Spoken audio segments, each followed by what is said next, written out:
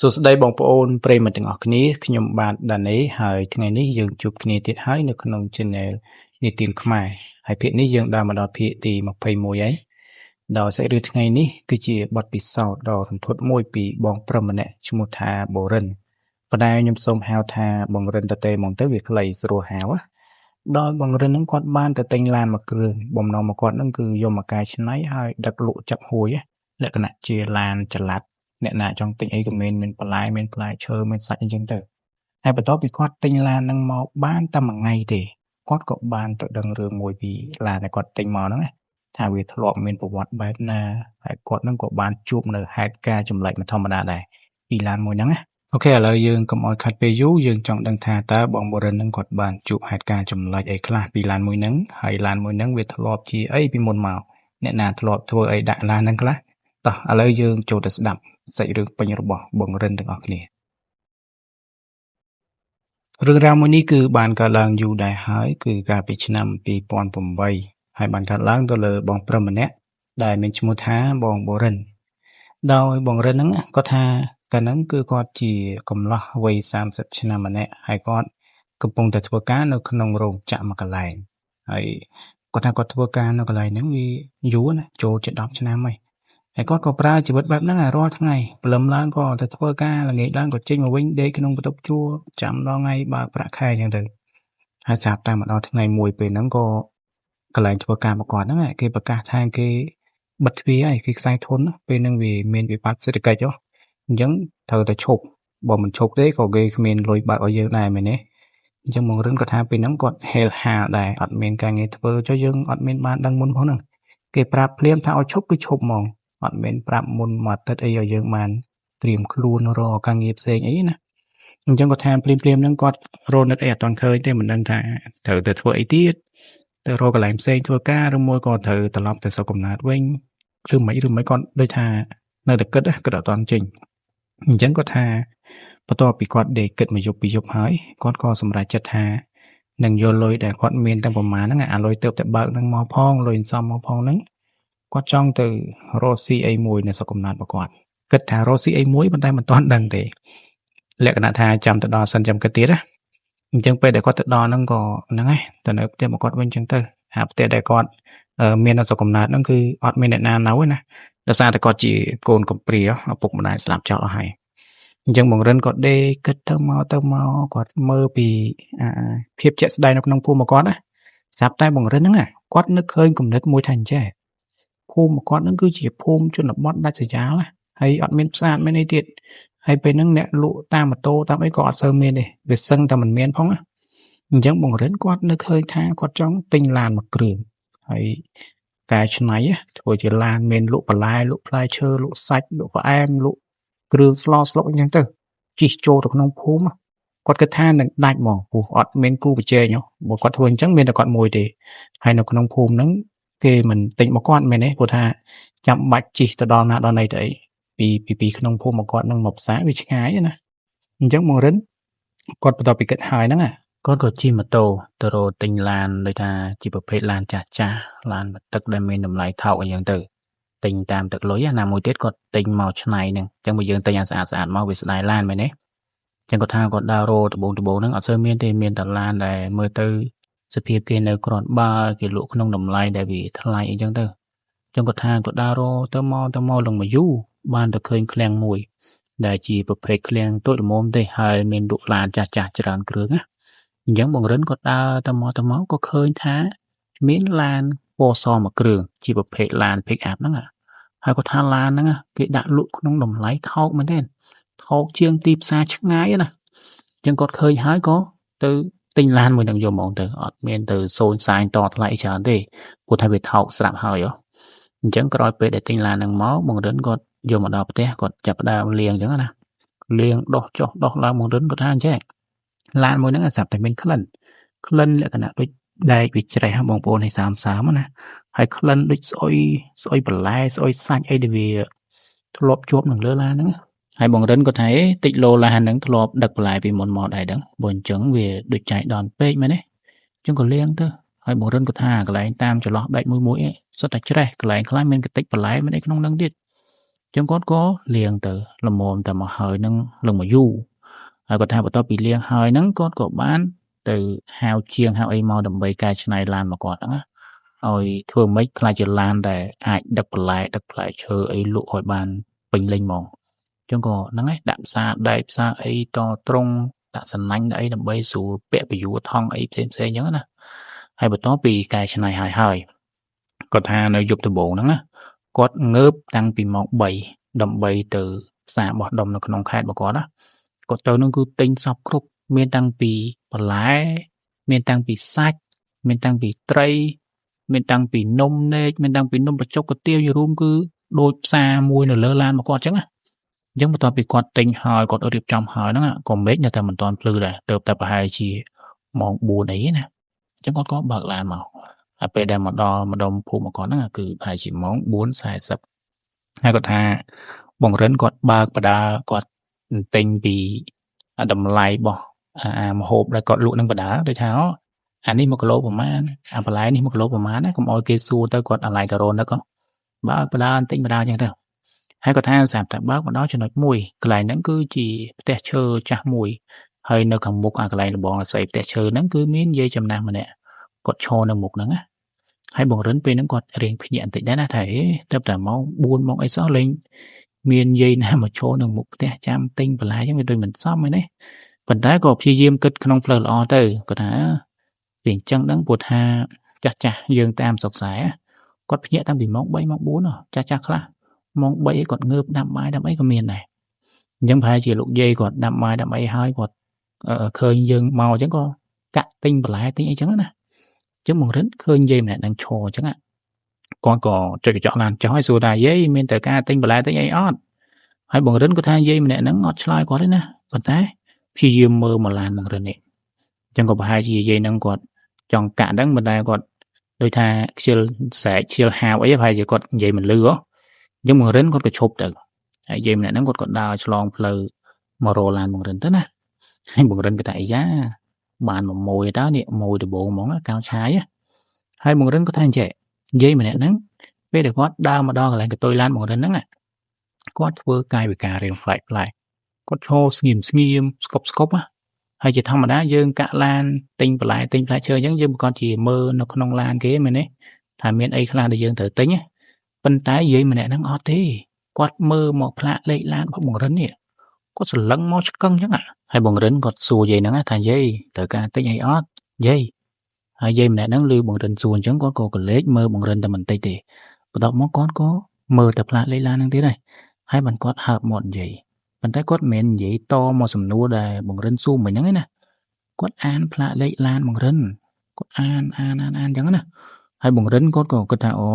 ប្រហែលជាយាយគាត់ចូលចិត្តចាក់ឆ្នោតណាហើយគាត់ឃើញឡានបងរិនមកលក់បន្លែអីផ្លែខុសគេយប់ស្មើនឹងអញ្ចឹងគាត់ក៏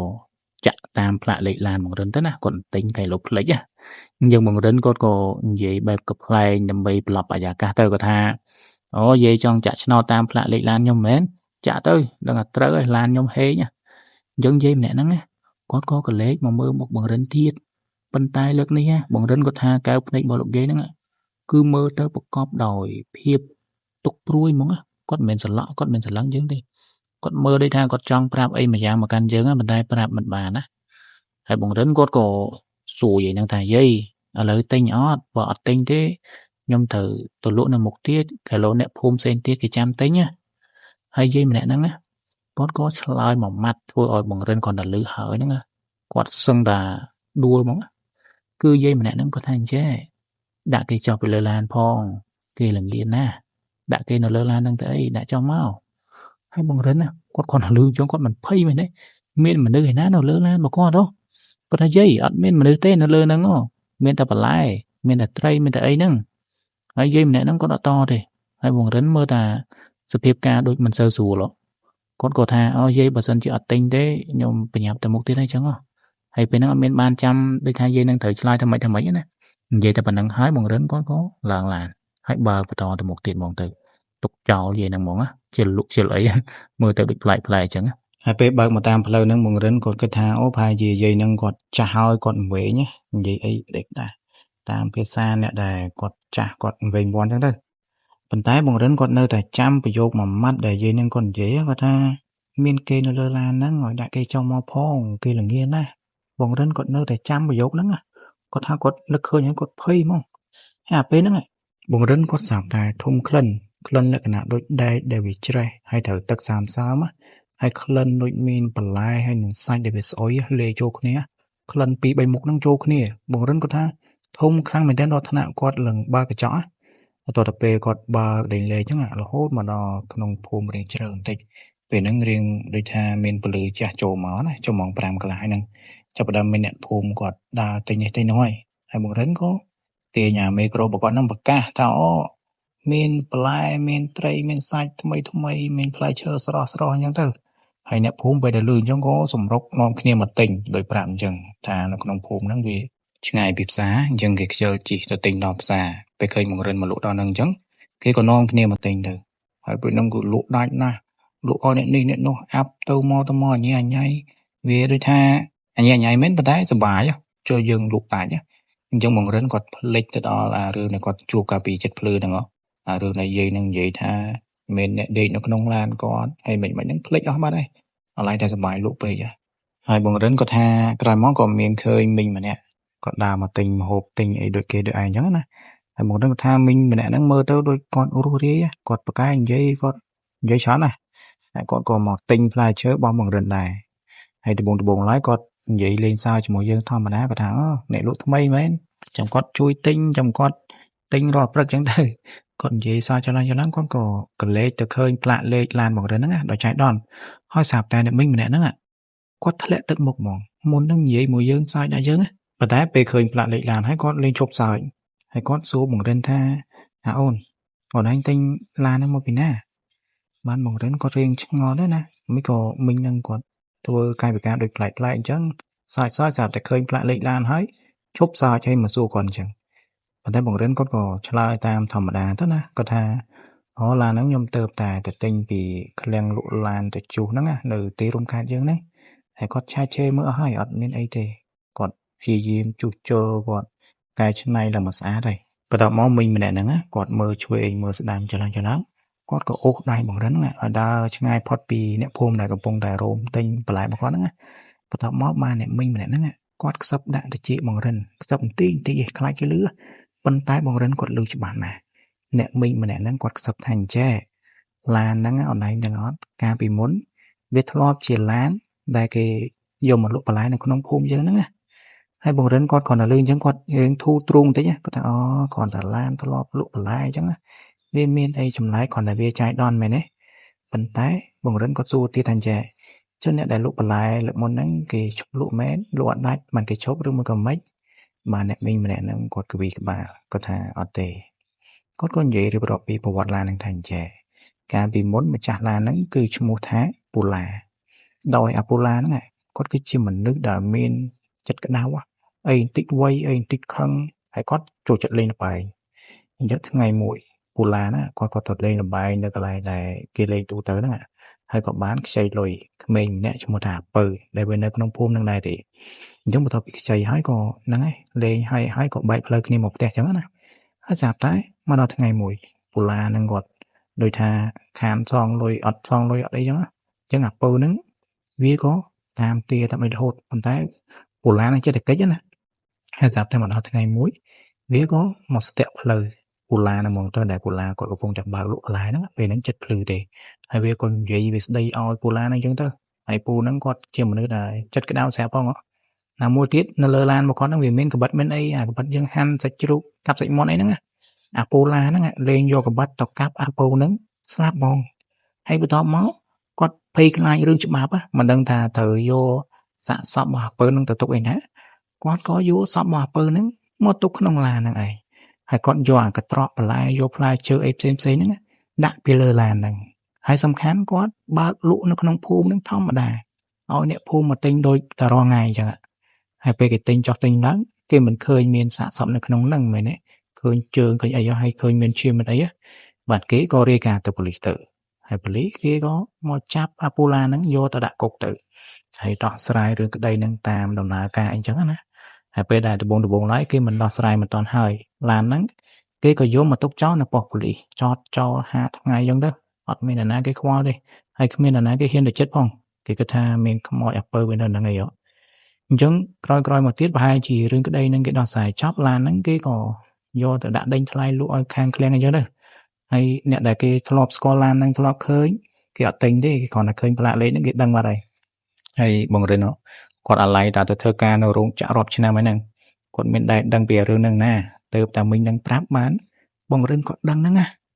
ហើយបង្រិនបានគាត់នឹកឃើញទៅដល់រឿងដែលយាយម្នាក់ហៅគាត់កាលពីចិត្តភ្លឺបងប្អូនម៉ូយដបងមកគាត់ហ្នឹងហៅមកប៉ុន្តែលេងអត់ទិញផងហ្នឹងគាត់ឈរមើលផ្លាកលេខឡានហើយគាត់ប្រាប់បង្រិនថាមានមនុស្សដេកនៅក្នុងហ្នឹងដាក់គេចុះមកគេល្ងាផាន់បង្រិនគាត់ប្រាប់ថាមានយាយម្នាក់គាត់និយាយទៅអញ្ចឹងគាត់ធ្វើដូចផ្លាច់អញ្ចឹងណាបង្រិនគាត់ព្យាយាមប្រាប់បានអ្នកមីងម្នាក់ហ្នឹងគាត់ថាគាត់ស្គាល់ច្បាស់ណាស់យាយម្នាក់ហ្នឹងឈ្មោះថាយាយសយហ្នឹងគឺជាម៉ែរបស់អាពៅនឹងឯងហើយគាត់ថាចាប់តាំងពីថ្ងៃដែលកូនមកគាត់ត្រូវពូឡានឹងសម្លាប់យាយសយហ្នឹងគាត់តែងតែមកឈរចាំនៅមុខផ្ទះពេលចិត្តភ្លឺហ្នឹងគេលោឃើញឡានរបស់អាពូឡាហ្នឹងបើកាត់ហ្នឹងគាត់ចង់ឲ្យកូនមកគាត់ហ្នឹងវាចេញពីឡានហ្នឹងអីចឹងទៅគេលោកូនប្រពគាត់ហ្នឹងទៅបញ្យោសពប្រាប់គាត់អីមិនអានេះយើងមិនដឹងទេណាប៉ុន្តែយាយម្នាក់ហ្នឹងគាត់តែងតែធ្វើអញ្ចឹងឈរនៅមុខផ្ទះមកគាត់ចាំមើលឡានហ្នឹងហើយមើលមិនឃើញមកឡានហ្នឹងគេយកដាក់ប៉ុស្តិ៍ប៉ូលីសបាត់ហើយហ្នឹងប៉ុន្តែចាញ់ដនអីដល់ពេលដែលបង្រិនគាត់ទៅទិញឡានហ្នឹងបានគាត់មិនមកឆ្នៃធ្វើជាឡានលក់បន្លែដូចមុនហើយយាយនឹងឃើញគាត់មិនចាំមែនទេហើយគាត់មិនបានដើរមកទិញអីទេគាត់ដើរមកមើលថាឡានហ្នឹងមែនហើយបើឡានហ្នឹងហើយគាត់ចង់ប្រាប់ថាឲ្យបង្រិនហ្នឹងដាក់កូនគាត់ចុះមកកូនគាត់ល្ងាកូនគាត់អត់ចង់នៅលើឡានហ្នឹងទេហើយបង្រិនគាត់មានតែដឹងស្អីគាត់ស្មានថាយាយនឹងវែងអីចឹងណាហើយក្រោយពេលដែលបង្រិនគាត់បានដឹងហេតុការណ៍ហ្នឹងទាំងអស់ហើយបង្រិនគាត់ថាពេលដែលគាត់បើកទៅដល់ផ្ទះវិញគាត់ក៏ឡៃឡុងអាបន្លែថោកហ្នឹងឲ្យអ្នកភូមិពេលខ្លះលក់មិនបានស្មើដើមផងអ្នកភូមិក៏ទិញយកចឹងទៅហើយបង្រិនគាត់ក៏យកឡានហ្នឹងទៅលក់ឲ្យកន្លែងដែលគាត់ទិញមកហ្នឹងវិញលក់ខាតទៅតែទិញមកមួយថ្ងៃពីរថ្ងៃហ្នឹងតែលក់សុកចិត្តខាតប្រហែលក៏លក់ដែរហើយអាខាងឃ្លាំងហ្នឹងវាក៏ឆ្លៀតទៀតដឹងថាបង្រិនគាត់ចង់លក់អញ្ចឹងក៏គេទិញក្នុងតម្លៃដែលវាថោកខ្លាំងហើយបង្រិនគាត់ក៏នៅតែលក់អញ្ចឹងព្រោះថាថោកមិនក៏ដោយគាត់មិនចង់ទុកឡានហ្នឹងនៅក្នុងផ្ទះទេខ្លាចថាអាពៅហ្នឹងវាចេញមកលងវិញមិនវីវម្នេះលក់ឲ្យបាត់ទៅវាទៅតាមឡានហ្នឹងទៅហើយបង្រិនគាត់ថាគាត់ខាតអស់លុយមួយចំនួនធំដែរណាក្នុងអាជីវកម្មរបស់គាត់ហ្នឹងតែធ្វើម៉េចបើយើងវាសួយអាចថាវាជាកម្មរបស់យើងក៏ថាបានដែរមែនទេទៅមកសងទៅនឹងរឿងជាមួយនឹងអាពៅអីហ្នឹងណាគាត់ថាវាមិនមែនជារឿងអីដែលធំដុំខ្លាំងយើងគ្រាន់តែទឹកខាតលុយមួយចំនួនអញ្ចឹងទៅអត់មានបានទៅជាប់ទោសជាប់ពេកអីទេប៉ុន្តែខ្ញុំឆ្ងល់ត្រង់ថាឡានហ្នឹងគេដោះស្រាយអីហើយមិនក៏មិនយកឡានហ្នឹងទៅឲ្យខាងប្រពន្ធពូឡាហ្នឹងវិញឬមួយក៏មិនបែរជាយកទៅលក់វិញហើយដល់ទៅពេលអ្នកគេទិញទៅតាមក្រោយមិនវីវមែនទេមិនខ្មោចរបស់អាពើហ្នឹងវាមកតាមឡានហ្នឹង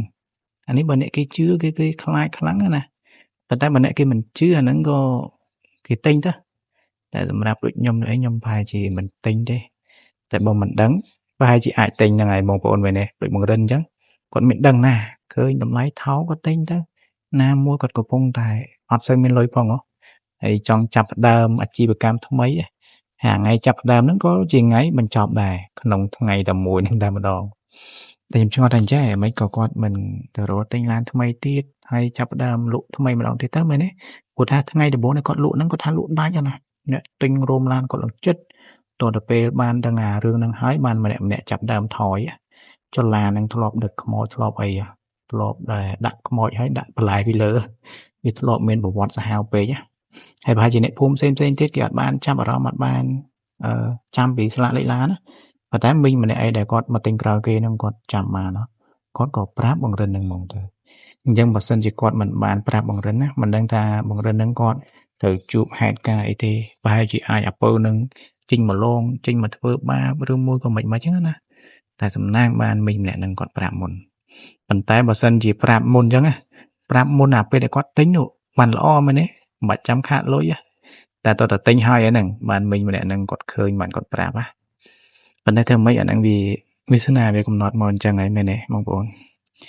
អញ្ចឹងស្អីរឿងមួយនេះមានតែប៉ុណ្្នឹងទេបងប្អូនហើយអ្នកដែលបានស្ដាប់ពីដើមដល់ចប់យល់ឃើញបែបណាដែរហ ហើយយល់ថាពូឡានេះដែលជាអ្នកសម្លាប់អាបូនឹងគាត់ជាមនុស្សម៉េចវាដឹងតែអាក្រក់ហើយមែនទេគាត់លេងល្បែងផងគាត់ទៅធ្វើឲ្យរឿងអញ្ចឹងវាអាក្រក់ហើយប៉ុន្តែយើងក៏ត្រូវតែយកទុកជាមេរៀនដែរយើងកុំតែលេងល្បែងលេងអីដូចពូឡាហ្នឹងហើយបើមានរឿងអីក៏ដោយយើងត្រូវហាមចិត្តខ្លួនឯងឲ្យបានអញ្ចឹងណាកុំបដោយតាមកំហឹងដូចថាខឹងចង់វ័យចង់អីប៉ុន្តែយើងកុំធ្វើតាមអាចិតយើងនេះយើងត្រូវគិតថាបើយើងធ្វើអីគេហើយយើងបកលរបួសស្នាមទៅលើគេហើយចុះហេតុការណ៍ដែលវាកើតមកតាមក្រោយហ្នឹងវាមិនទៀតអាចនឹងគេមកធ្វើអញ្ចឹងដាក់យើងវិញបើមិនអញ្ចឹងទេអាចនឹងគេប្តឹងយើងត្រូវបង់លុយឲ្យគេឬមួយក៏ត្រូវជាប់គុកជាប់ច្បាប់អីវាបញ្ហាវិញឆ្ងាយណាស់អញ្ចឹងបើយើងអាចទប់ចិត្តបានយើងទប់ទៅព្យាយាមដោះស្រាយដោយសន្តិវិធីមែនទេបងប្អូនអូខេអញ្ចឹងសេចក្ដីរឿងថ្ងៃនេះមានតែប៉ុណ្្នឹងទេហើយយើងចាំជួបគ្នានៅរឿងនិទានក្រោយៗទៀតសម្រាប់ថ្ងៃនេះពីខ្ញុំបាទដាណេសូមអរគុណសូមជម្រាបលាបងប្អូនទាំងអស់គ្នា